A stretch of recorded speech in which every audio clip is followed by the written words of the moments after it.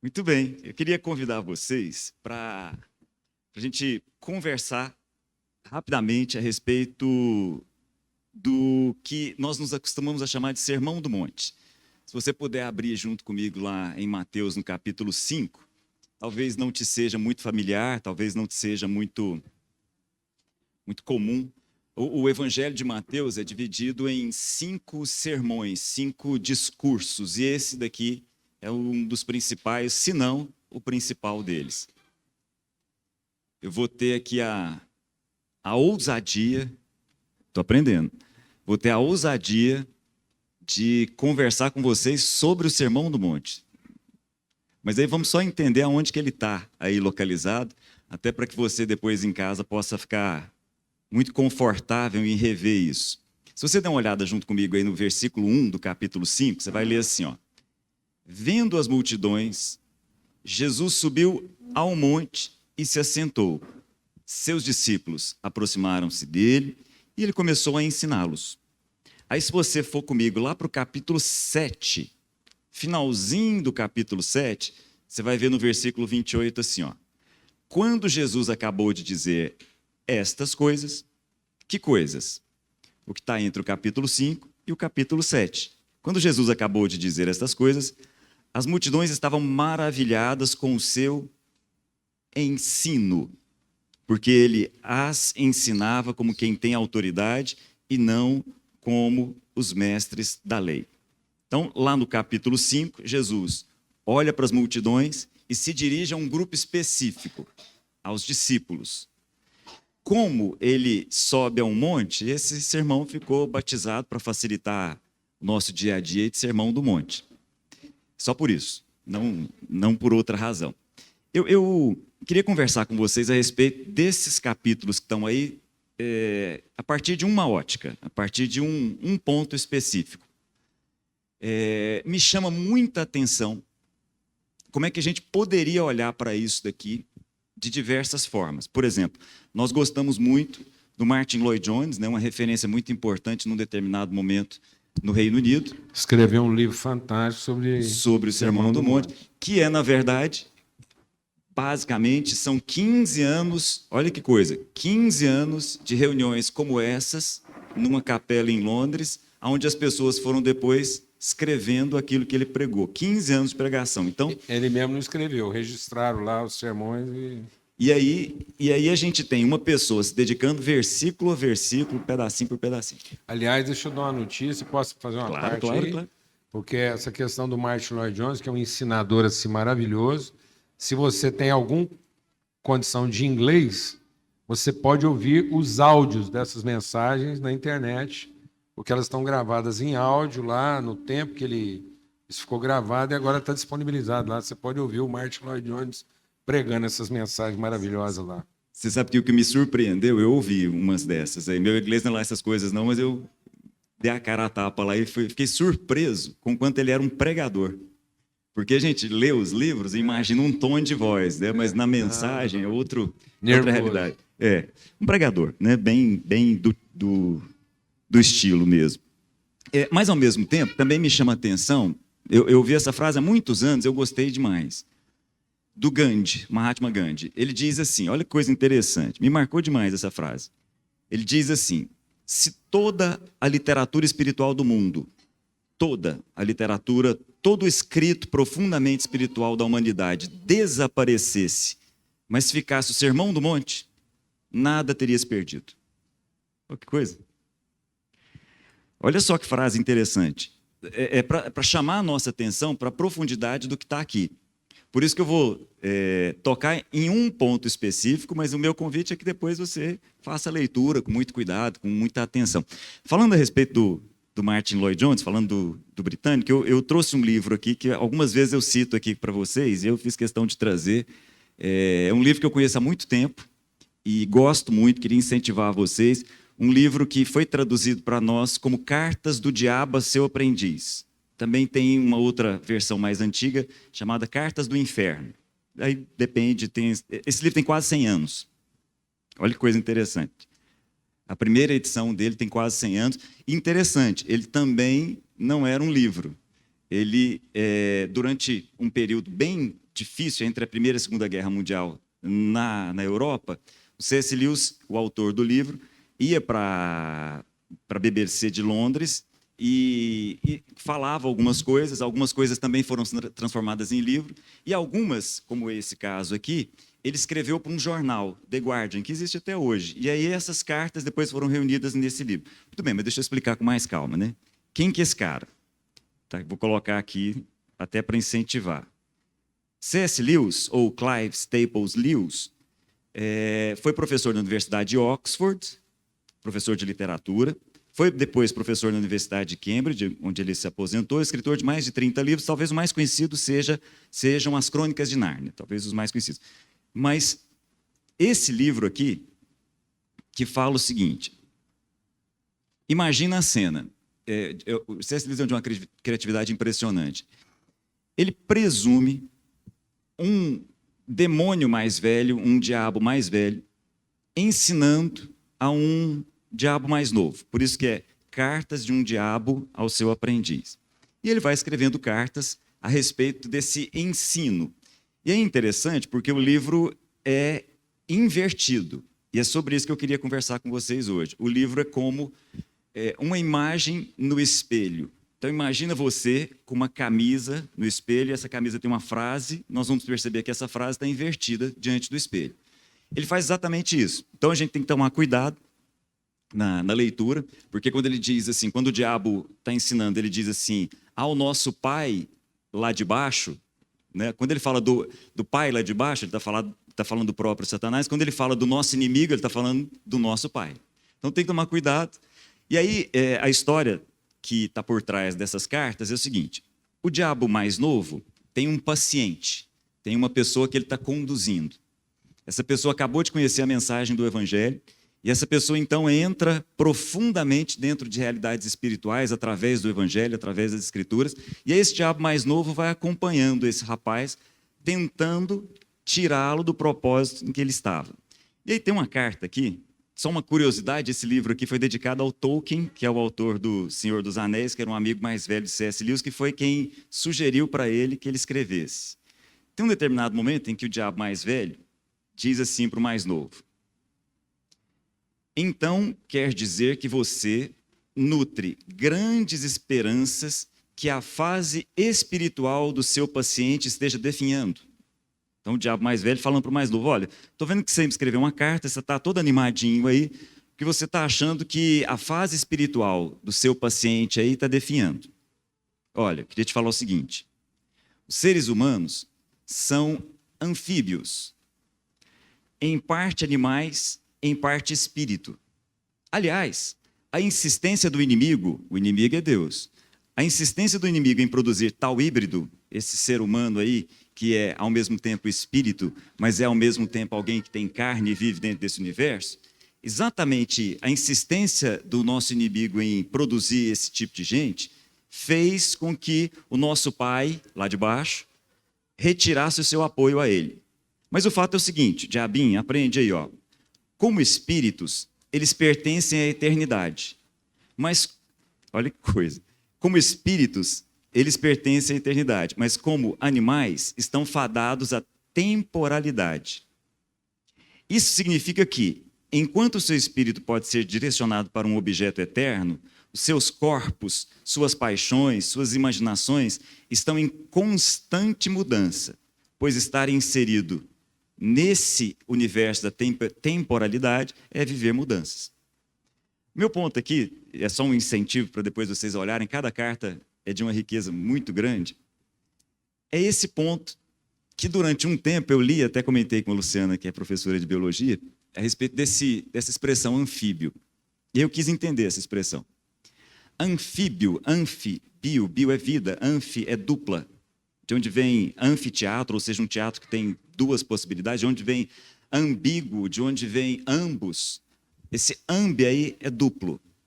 Então, o anfíbio é quem tem vida dupla. A biologia se apropriou dessa expressão e estabeleceu lá um grupo de animais chamados de anfíbios. Né? O caso do sapo, perereca, rã e assim por diante. Mas a palavra significa vida dupla.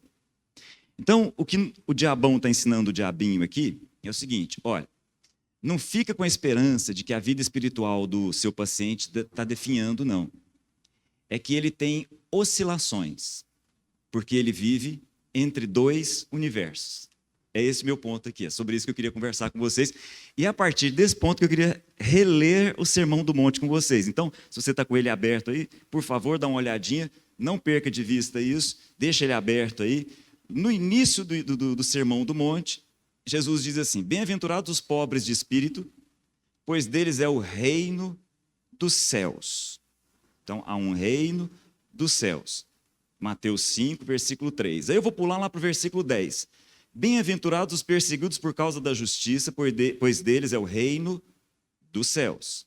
Se você continuar no versículo 12, diz assim: alegrem-se e regozijem-se, porque grande é a sua recompensa nos céus. Então há um reino dos céus, há uma recompensa nos céus. No entanto, nós, versículo 13, somos sal dos céus, sal da terra e luz do mundo. Esses somos nós, gente. Esses somos nós. Nós vivemos na terra, e enquanto na terra nós somos sal, nós somos luz, mas nós também vivemos realidades de um outro universo, uma outra realidade chamada aqui por Jesus de dos céus, ou nos céus. Infelizmente, a gente já falou sobre isso algumas vezes, a gente tem que fazer algumas desconstruções para depois fazer novas construções.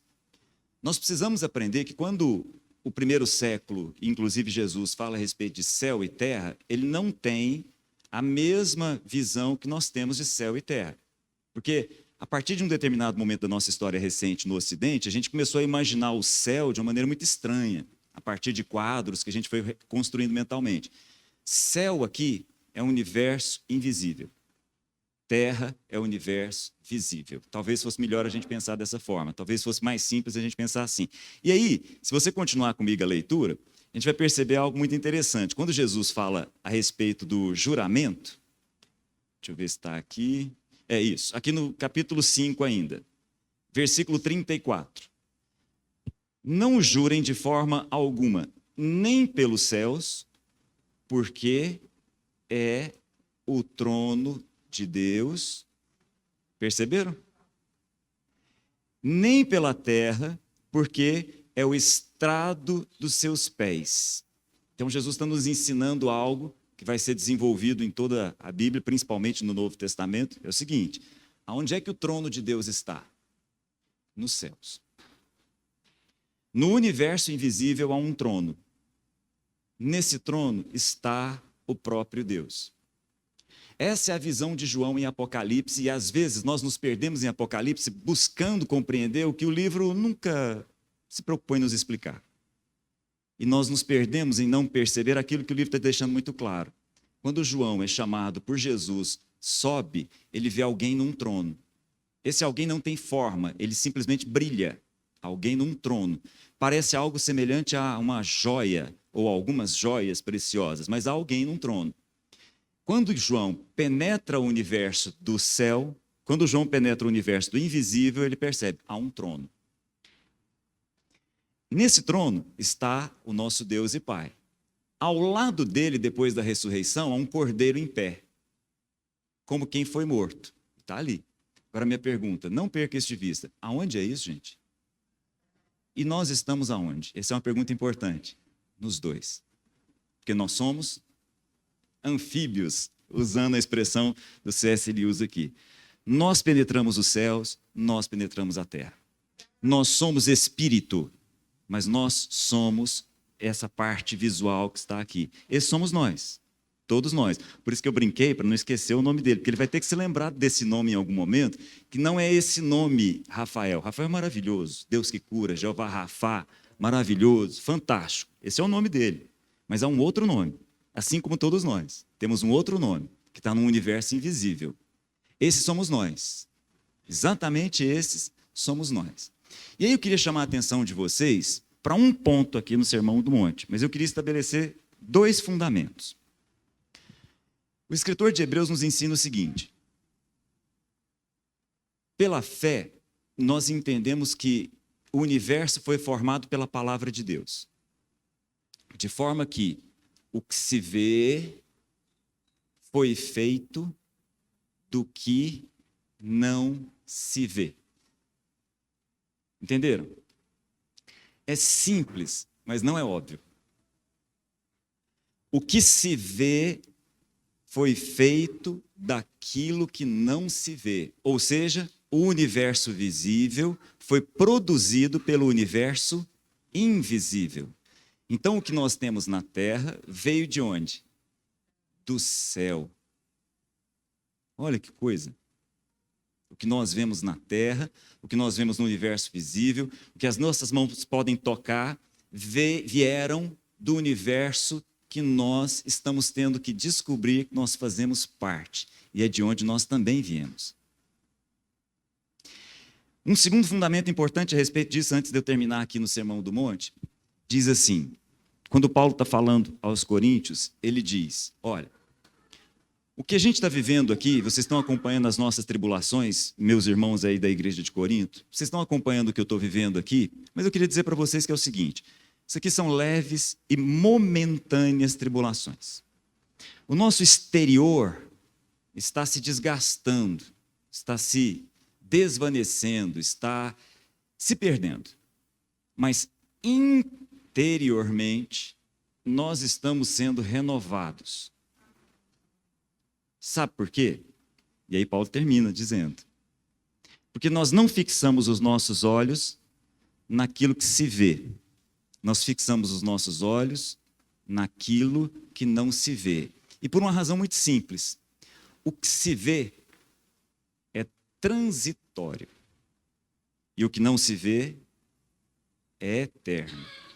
Porque o que se vê faz parte desse universo. O que não se vê faz parte de um outro universo. E eu vou bater nessa tecla. Nós somos de qual? Dos dois. É importante a gente entender isso. Então, internamente, nós estamos sendo renovados no nosso homem interior, a partir daquilo que os nossos olhos não estão vendo. O que os nossos olhos estão vendo, isso é muito rico. O que os nossos olhos estão vendo é transitório. A palavra usada por Paulo aqui é muito rica. A palavra usada aqui é a palavra que nós usamos para as estações do ano. Então, não é algo que simplesmente vai acabar, não é isso que Paulo está dizendo. Paulo está dizendo que essas coisas estão em constante modificação. Às vezes é outono, às vezes é inverno, às vezes é uma primavera, às vezes é verão. Transitório, assim como a vida.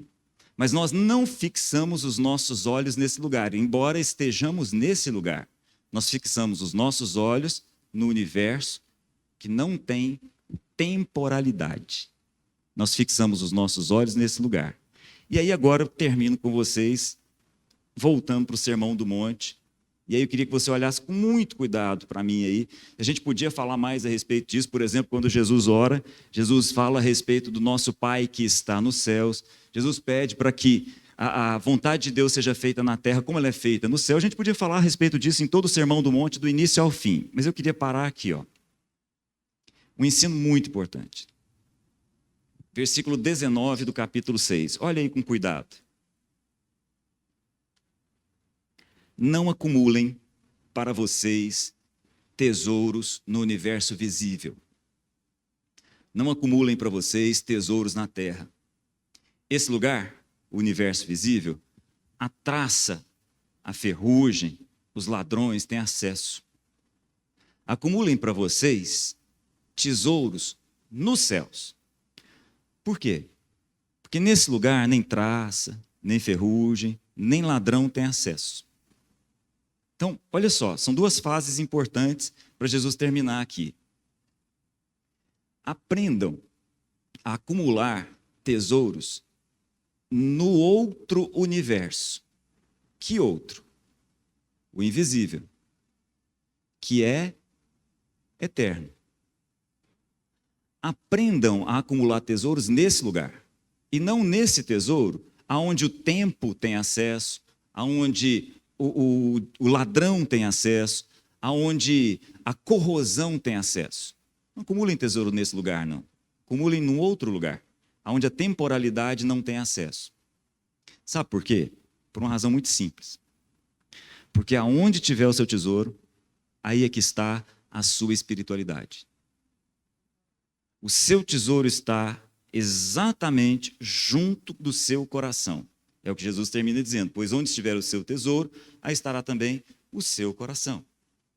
Muita gente acha que a espiritualidade é ir para um lugar e não percebe a espiritualidade na nossa interioridade, em se tornar uma pessoa, em se acumular esses tesouros nesse lugar. Me chama muita atenção, em especial nesses dias. A gente podia terminar aqui, o Sermão do Monte termina com a parábola de Jesus a respeito das duas casas. Uma constrói no invisível. Uma constrói um alicerce que ninguém enxerga. A outra não. A outra não constrói no invisível, constrói só no visível. A gente podia terminar o Sermão do Monte olhando dessa forma também. Convido vocês que façam isso. Mas antes aqui de passar para o Paulo Júnior, tem me marcado muito uma coisa, Paulo Júnior. Eu tenho tido a impressão de que nós criamos a habilidade de construir um terceiro universo, que não é nem esse universo aqui, visual, e nem é o universo espiritual, onde nós deveríamos estar acumulando as coisas que têm valor. Eu tenho a impressão que nós, nos últimos anos em especial, nós aprendemos a criar um universo virtual. Eu vou falar como quem deu aula de física há muito tempo.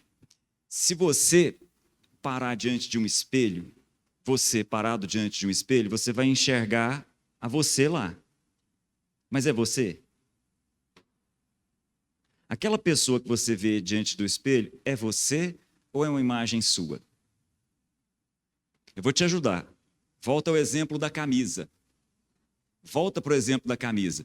Se tiver na sua camisa escrito alguma coisa, se tiver escrito na sua camisa cruz, como é que você vai enxergar na hora que você estiver olhando lá no espelho? Você vai enxergar invertido no seu sentido. Então, quando nós olhamos uma pessoa ou a nós mesmos diante de um espelho, aquilo lá é uma imagem virtual de nós mesmos. Nós não percebemos, mas nós também estamos invertidos lá, naquele lugar. E me parece, para terminar, que nós não estamos nem atentos a ser o sal dessa terra, a luz desse mundo, nem estamos atentos ao acesso que Jesus abriu por nós e nos fez assentar nos lugares celestiais com Ele mesmo. Nós não estamos atentos a isso. E nós ainda, de forma ingênua, estamos criando um universo à parte para nós mesmos, totalmente invertido no seu sentido, embora pareça uma imagem. Eu me lembro, a Luciana já me viu contar essa história várias vezes, mas é que para mim foi muito marcante. Teve uma época que eu gostava muito de praticar esporte, eu fiz uma meia maratona no Rio, e terminei a meia maratona junto com uma atriz global. O Enzo está aí, devia ser uma amiga do Enzo, né? Que o Enzo é dessa época aí dos globais, né? Deu esse testemunho lá no encontro. Quando eu terminei, eu vi que algumas pessoas chegaram muito perto dela, eu olhei para saber quem era, demorei um pouco para reconhecer. E, coincidentemente, aquela atriz, naquele momento específico, representava o maior símbolo de beleza no país. E era uma mulher bonita. Só não era aquilo que estava sendo criado a respeito dela mesma. Por acaso, naquele mesmo ano, ela fazia a propaganda de uma joalheria, e eu me lembro, engraçado demais, de terminar a prova, e no hotel que a gente estava, tinha uma revista lá, e ela era a última página, assim, eu falei, gente, não foi essa pessoa aqui. Claro que não. Claro que não.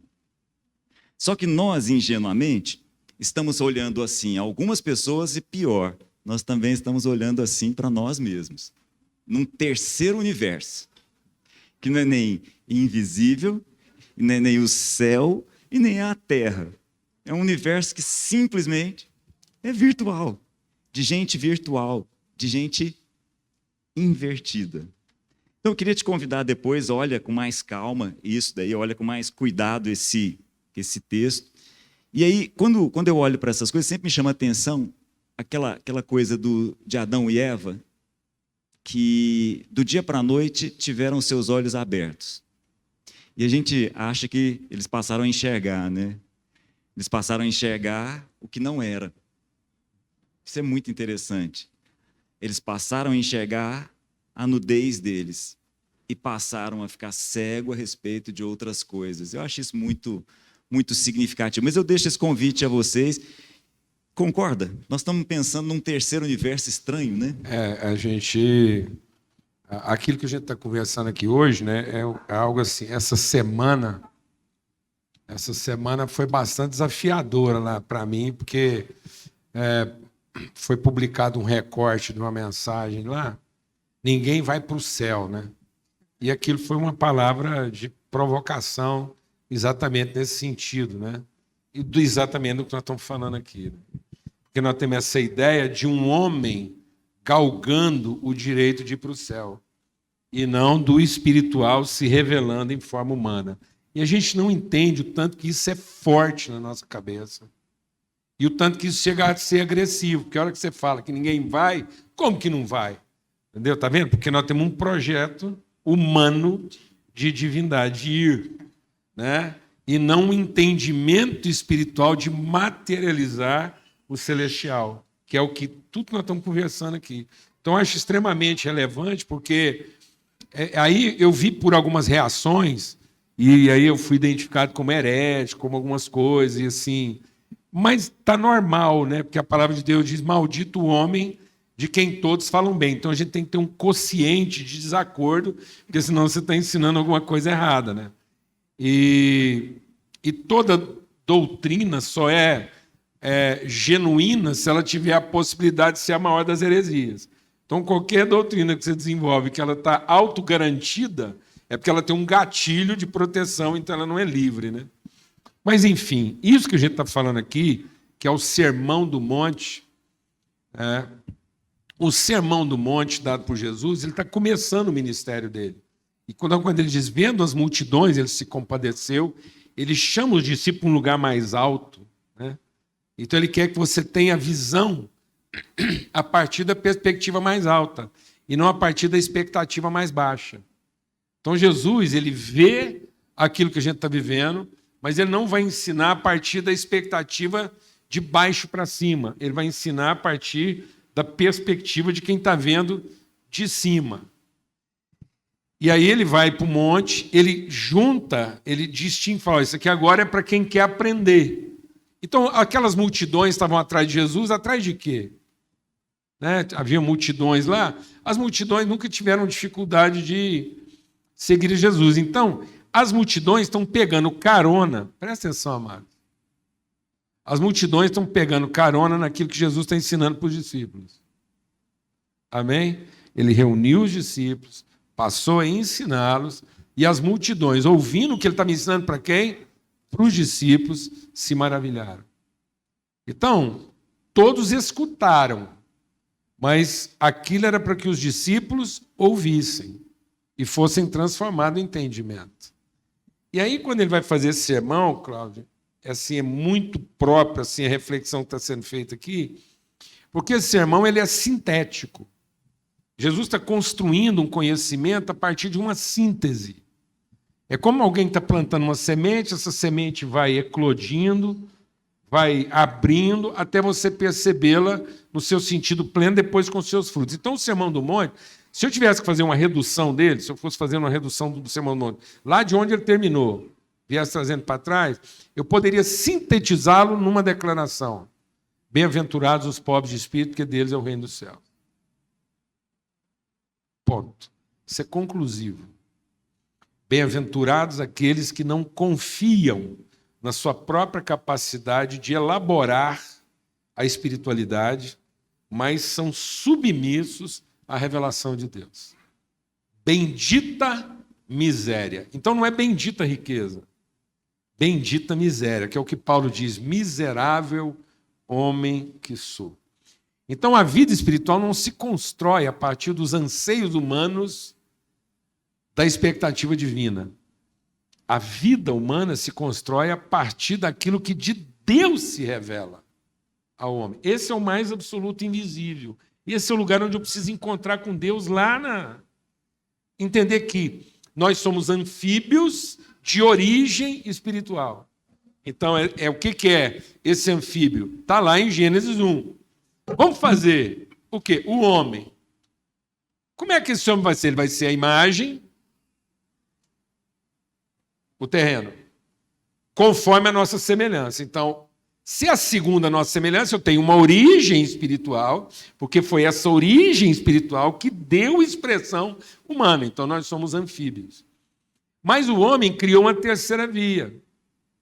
Ele não é anfíbio, ele é ambíguo. Então, ele tira conclusões a respeito de si próprio e acha que isso é suficiente. E aonde foi que o homem se tornou um ser ambíguo, com a mente dividida? Quando ele achou que ele tinha opção. Então, nós achamos que tem uma opção. Sabe qual é a maior desgraça do ser humano? O arbítrio. É o arbítrio. Porque quem arbitra e escolhe, criou uma terceira via. Ele não está se submetendo ao plano original. Então, a vida não é arbítrio. A vida é submissão. Eu me submeto ao modelo original anfíbio de Deus, em que o ser espiritual vai se revelar num ser humano. Então tem um Deus querendo se fazer homem e temos um homem criando aí uma terceira via de fazer uma pessoa que quer ser Deus. Então o diabo ofereceu para o homem uma terceira via. Não seja o homem que Deus quer ser. Não seja o homem que Deus quer que você seja. Seja o Deus que você gostaria de ser. Fala devagar, meu irmão.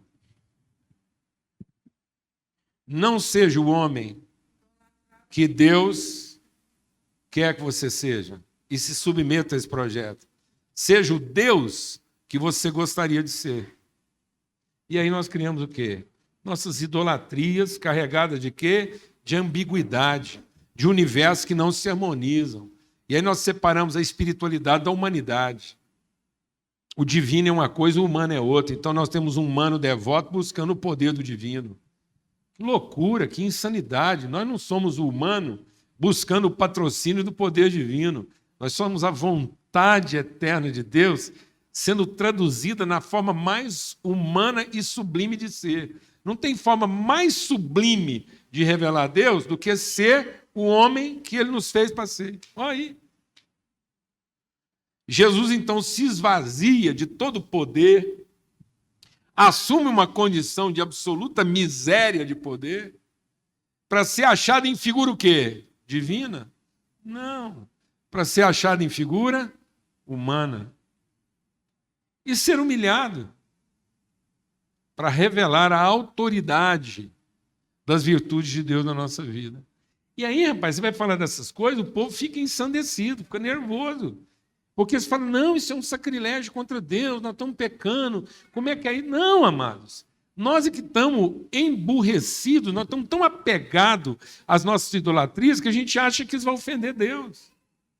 Por quê? Porque nós estamos numa trajetória de quem quer chegar e não a trajetória de quem já conheceu. Não é isso? A bem-aventurança é o quê? Nada mais é do que alguém que, conhecendo a sua origem, vai revelar isso. E aí, Cláudio, a bem-aventurança vai caminhando do invisível, o invisível do invisível, para o invisível do visível até se tornar o visível do visível. Ou seja, ela vai... Então eu tenho metade da bem-aventurança que dá... Metade da bem-aventurança é subjetivo. Bem-aventurado o pobre de espírito, minha condição de miséria. Bem-aventurado, se eu sou pobre de espírito, bem-aventurados os que choram. Então, eu não me ofendo, deixa Deus ministrar o nosso coração. O ser ambíguo se sente ofendido com o pecado dos outros, porque ele acha que o pecado dos outros pode prejudicar seu projeto de vida. Então, cada vez que alguém peca contra você, o seu divino está ofendido. Aí você vai como um divino em cima dele. Você sabe com quem você está falando? Não, mas... Gente totalmente desprovida de ambições divinas, mas totalmente encarnada das suas virtudes, conhecendo a sua miséria, ele não fica ofendido, ele chora. Assim como ele chorou seus próprios pecados, ele não se ofende com o pecado dos outros, ele chora a condição dos outros. Então, bem-aventurados os pobres, porque serão bem-aventurados porque choram. Já que eles choram, eles serão também bem-aventurados, porque eles nunca vão agir de violência, como um Deus ofendido, ambíguo, que ora humano, ora divino. Enquanto ele está no estado dele humano, é maravilha, mas a hora que ele incorpora a divindade, ninguém aguenta, não, mano. Ninguém aguenta um marido incorporado de divindade. As mulheres aqui sabem o que eu estou falando, não. Uma mulher incorporada de divindade, amado, ninguém aguenta, não. Patrão incorporado de divindade. Pastor incorporado de divindade abusa das ovelhas tudo. Até das crianças. Incorporou. Ele não representa, ele incorpora. Ele é um humano incorporado de divindade e não a paternidade revelada em figura humana. Aí, ele não só chora porque ele se ofende, se ele chora é de raiva, não é de compaixão. Quem está entendendo o que eu estou falando assim? Tem gente que fala assim, eu estou chorando, mas de raiva. E aí, ele não é manso, ele é violento. E os violentos vão se destruir uns aos outros. Você sabe quem vai sobrar depois de tudo? Que as raivas passar? Vou te falar, quem vai sobrar depois que as raivas tudo passar? Os mansos. Porque eles creram na promessa, não agir de violência, não tiver que bater em ninguém, nem matar ninguém, não. Mas glória a Deus. Os ansiosos vão se matar uns aos outros, violentos. Assim. Aí ele fala aqui, ó. E bem-aventurados, se ele é misericordioso, ele chora. Se ele chora, ele é manso. Se ele é manso, toda a vontade dele é para a justiça. Ele não tem fome de direito, porque ele não é divindade. Ele é espiritualidade encarnada em forma humana. Então, se ele é a encarnação humana das virtudes divinas, ele não tem fome de ver o direito divino respeitado. Ele tem fome de ver a justiça paterna revelada. Então, toda vez que ele senta numa mesa, não é para comer primeiro, é para perceber quem é que não dá conta de se servir sozinho.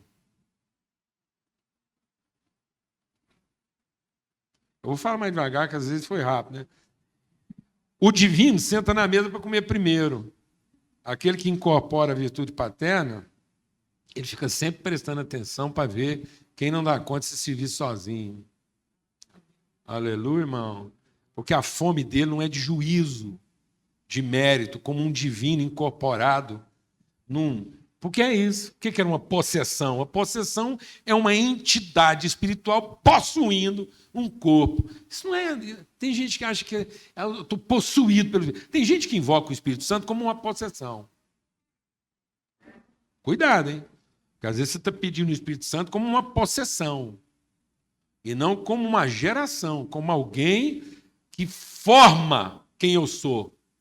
E não como alguém que me possui. Para eu ser quem eu não sou. Não, mas o Espírito Santo me forma para eu ser quem eu fui feito para ser. Amém? Glória a Deus. Aí, tá vendo? Aí ele volta. Agora ele volta nos aspectos objetivos. Então, quem é miserável é misericordioso. Quem chorou é limpo de coração. Você não tem amargura. Então, não deixe que nenhuma raiz de amargura brotando contamine. Então, os limpos de coração vão ver a Deus. O que você não está vendo Deus? Tem gente que fala assim, rapaz, eu rezo. Quanto mais eu rezo, mais assombração me aparece. E eu não vejo Deus. Eu vou te falar uma coisa. Às vezes, é porque lá no seu coração você tem uma raiz de amargura. E raiz de amargura não deixa a gente ver Deus. Porque toda hora que eu estou falando com Deus, eu estou evocando o divino para matar quem me amargurou. E não para me orientar a amar quem me ofendeu. Quem está entendendo o que eu estou falando? Aí não vai escutar Deus mesmo, não. Aí os limpos verão a Deus. E bem-aventurados os mansos, porque eles serão o quê? Pacificadores. E como pacificadores eles são chamados filhos de Deus. Por isso que começou com o reino do céu, terminou com o reino do céu. Então, qual é a maior evidência de que o reino de Deus começou na minha vida, como alguém que não confia e nem tem expectativa de si mesmo, mas é um humano formado de semente espiritual. incorruptível. Então, se eu sou formado de semente espiritual incorruptível, porque eu não tenho expectativa na minha humanidade, mas eu tenho certeza da minha humanidade, eu não tenho expectativa da minha humanidade, eu tenho certeza dela, porque eu sei que ela é formada a partir do espiritual de Deus. Então, eu sou anfíbio, mas não sou ambíguo. Eu não sou um ser carnal querendo ser espiritual. Eu sou um ser espiritual encontrando formas de encarnar as virtudes do Espírito. Glória a Deus, amado. Isso vai terminar em quê? Justiça. Então eu não vou virar um crente, eu vou me tornar um justo. Então a fé não é a expectativa de um crente que o divino vai fazer tudo por ele.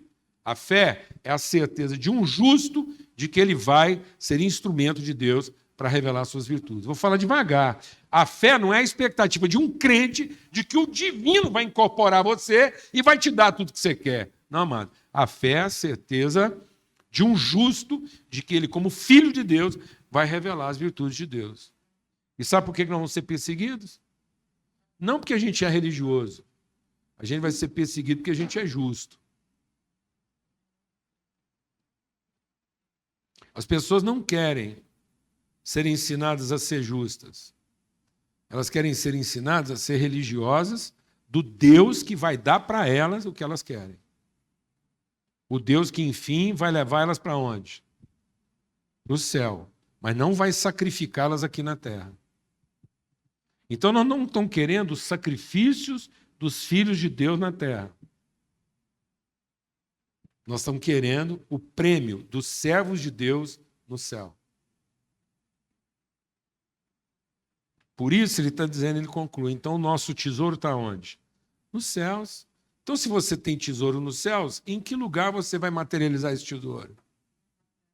Então, sua riqueza é para materializar o quê? Seus tesouros. Então, se o seu tesouro está no céu, você não tem apego à sua riqueza, mas ser um bom gestor dela para que ela seja instrumento de quê? De direito. Você tem direito à sua riqueza? Não. Você tem a responsabilidade dela para com ela fazer justiça. Porque se a sua riqueza é só para te dar o direito de continuar sendo rico, você é um divino incorporado. E o divino incorporado veio de baixo.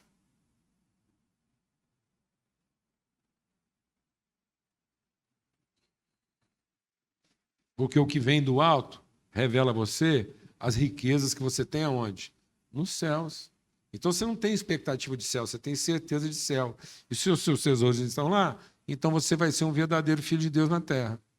E aí o povo está criando uma terceira via. E está criando uma terceira via com o quê? Com os dons. Aí Deus deu dons. Dons.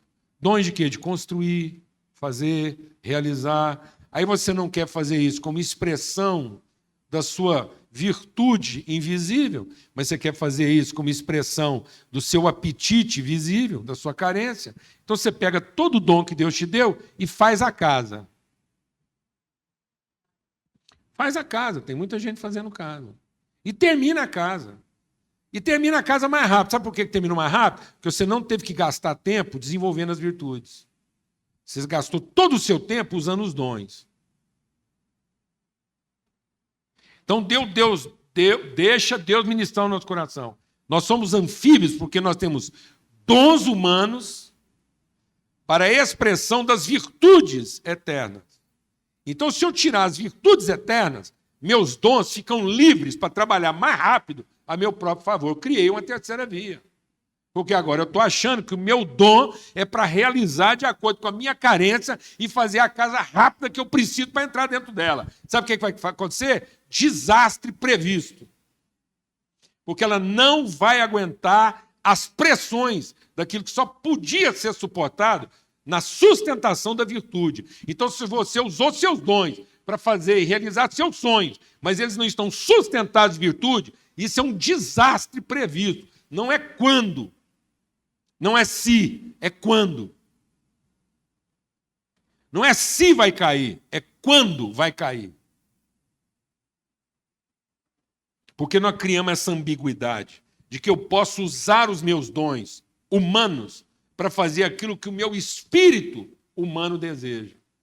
E aí eu fiquei ambíguo, eu tenho minha mente dividida, porque eu não estou submisso àquilo que poderia dar sentido aos dons. Por isso que Paulo diz, dons sem virtude, para nada se aproveita. Nem pregar, nem fazer caridade, e nem operar milagre. Para ninguém ter dúvida, Paulo já foi no raso. Às vezes você está achando que tem algum dom aí que ainda tem virtude, sozinho, nem pregar, nem fazer milagre, e nem fazer filantropia. Agora imagina o resto. Os dons visíveis, dons são próprios da nossa parte anfíbia humana. Deus deu dons aos homens. Então, os dons são humanos. Para que eu pudesse, através dessas ferramentas, materializar as virtudes do Espírito. Amor, bondade, benignidade, mansidão, temperança. Então, eu tenho as virtudes do Espírito reveladas. Mas se os dons estão sendo usados para que eu satisfaça os desejos da minha carne, eu vou te falar uma coisa. Você vai ficar rico mais rápido, mais barato e com menos esforço. Por pouco tempo. Alguém entendeu o que estou falando aqui ou não? Você vai ficar muito rico, mais rápido, mais barato e com menos esforço. Você vai acabar antes de todo mundo. Mas também vai fracassar antes de todo mundo. Porque o que sustenta o processo são as virtudes e não os dons. Está me entendendo isso, amado? Por isso, não é o desejo de quem quer ir para o céu. É a vontade de quem sabe que foi de lá que nós viemos. Porque se eu não for gerado pelo Espírito, se a minha humanidade não for expressão do Espírito de Deus que habita em mim, então é mera religiosidade. Por mais sublimes que sejam as propostas da minha religiosidade, mas ainda é minha idolatria. Eu estou servindo a um Deus que eu espero que me recompense pelo meu esforço. E não um Pai que espera se revelar através do meu sacrifício. A vida não é Deus premiando os que se esforçaram. A vida é o Pai se revelando através daqueles que Ele gerou. Glória a Deus.